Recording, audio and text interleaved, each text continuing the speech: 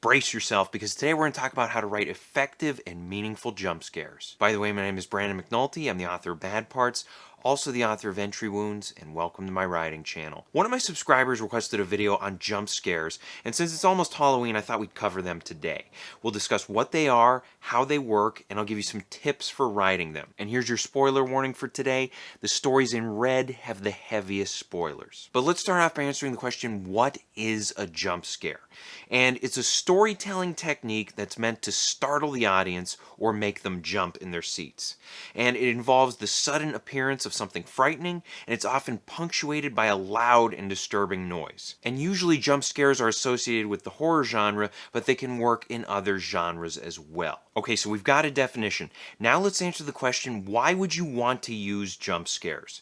And there's a variety of different reasons. First off, they add an element of surprise to your story. They can keep your audience on edge. They can help you build suspense because when one jump scare occurs, then your audience has to be on alert for future jump scares. They can also create immediate and intense impact. And finally, they can convey a character's shock.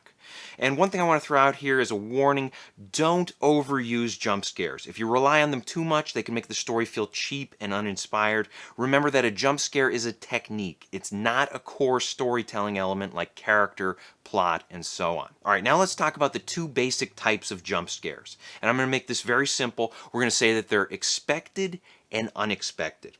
And we'll talk about expected jump scares first. And this is a jump scare that occurs after a proper suspenseful buildup. It's kind of like telling a joke. You establish a tense situation, you build suspense by keeping the audience guessing what will happen, and then boom, you hit them with a surprise punchline. For an example, let's look at the original Halloween movie. And there's a scene late in the story where Laurie enters the Wallace house after her friends are killed. And we, the audience, know that her friends are dead, so we fear for her as she goes upstairs. We fear for her safety, as well as for how she'll react when she learns her friends are dead. And there's plenty of suspense before the jump scare finally happens.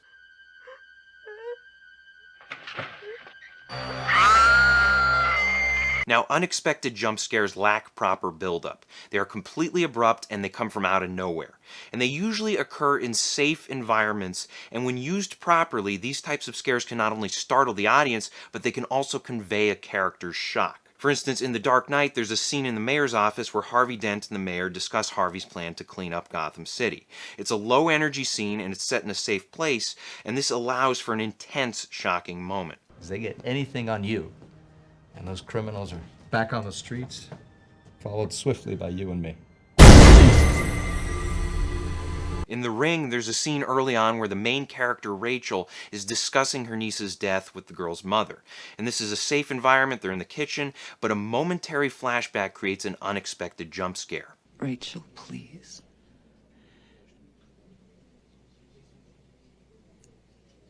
I saw her face. All right, now before I give you some tips for using jump scares, I want to answer one more question, and it's the question, can jump scares work in books? A lot of writers, especially horror writers, they ask themselves this question, can you use a jump scare in a horror novel? And the answer depends on how you define a jump scare. If you think of it as a sudden image accompanied by a loud noise, then probably not. Obviously, novels tell stories with words rather than images and sounds, so it's hard to fit that description. However, it's still possible to write a scenario that involves abrupt revelations that startle the audience. The key lies in setting the right mood, creating suspense, and driving the story toward a sudden twist. All right, now I want to give you 5 tips for using jump scares, and I've got examples for each. The first one is to create a clear setting and a strong atmosphere. You want to signal that something is wrong, that something bad will happen. Then allow your audience to face the questions of how, where, and when the terror might strike. And then finally, you hit them with a scare. One of my favorite examples of this comes from the video game PT, and anyone who's played this game knows how terrifying it could be. And it's such a simple scenario. You play as a character who walks down a hallway and exits through a door at the bottom of the stairs. And the exit loops back to the start of the exact same hallway, and you soon realize that you're stuck inside this strange house. You don't know why, but you get clues from a news report over the radio that talks about a man who murdered his family, and you're left to wonder what this all means.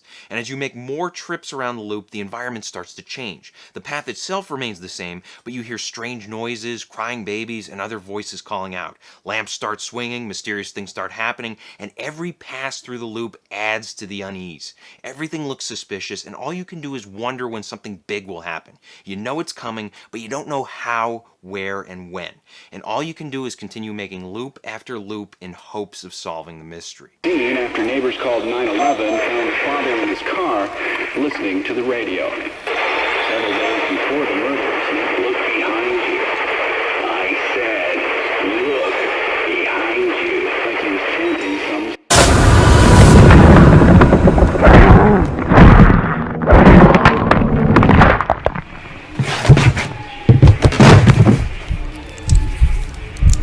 Tip number 2, make sure there are story consequences associated with your jump scare. Big time jump scares should do more than just make the audience jump in their seats. They should have impact on the characters and plot. For instance, in Jaws, there's an iconic scene where Chief Brody is throwing chum into the water and then the shark appears. And this jump scare not only rattles the audience, but it rattles the characters as well. And it sets an exciting chase sequence in motion. Tip number 3, don't force a jump scare. In other words, don't make jump scares that feel tacked on. Don't have characters randomly grabbing your main character for the sake of a cheap thrill. Instead, create scares that arise naturally from within your story. Create tense scenarios where your characters face danger, and if the right moment arises, hit them with a scare. Also, keep in mind that not every jump scare has to max out the intensity scale. Sometimes a minor jump scare can startle your audience and keep them engaged. For an example, let's look at the 2020 movie The Empty Man. In this story, people can summon a deadly creature by finding an empty bottle on a bridge and blowing into it while thinking of the creature. One girl goes missing shortly after doing this, and midway through the story, a detective investigates a cult that's responsible for her disappearance. His investigation leads him to a camp in the woods, and he breaks into various buildings looking for information. Then, during one of the break-ins, we get a small jump scare.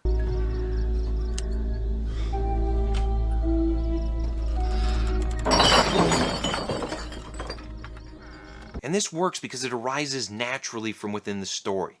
Bottles play a key role within the movie, and this simple, believable scare acts as a reminder of the story's main threat. Tip number 4, avoid cheap fake-outs.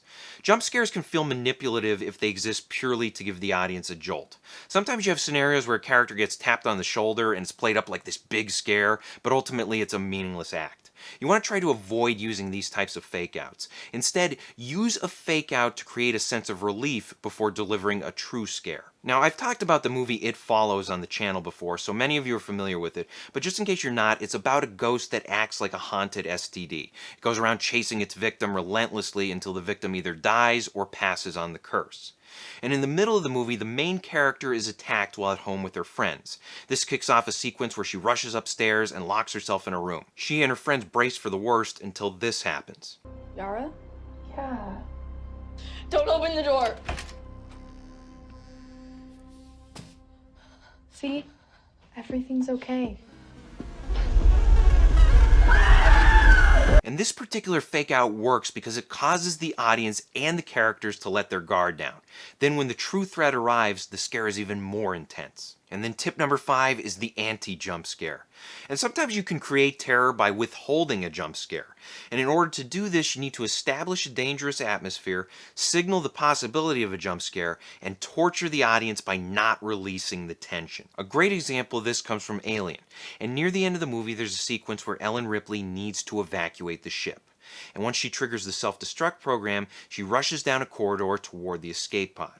Unfortunately for her, however, her escape route is cut off by the alien and she's forced to retreat. She then tries to cancel the self-destruct program, but she fails, and that means she has to return to the escape pod. She has to return down that same corridor where the creature was moments ago. And this creates a nerve-wracking situation where both she and the audience are dreading the inevitable attack. The tension mounts and mounts, and the threat of a jump scare seems more and more imminent with each passing moment. Audiences find themselves begging for a break in the tension, but they get no release as she makes her way back to the escape pod. So I hope this helps. Question of the day, what's your all-time favorite jump scare? Let us know in the comments section below. Thank you for watching. If you want to support the channel, please pick up a copy of either one of my books and be sure to leave reviews on Amazon. Bad Parts is great if you like small town horror. It's about people trading away their sick and injured body parts in order to get healthy again. And then Entry Wounds is great if you like thrillers. It's about a guy who picks up a haunted gun and he can't put it down till he kills 6 people with it. Also, be sure to check out my other videos, like, share, and subscribe. And as always, remember to keep on writing.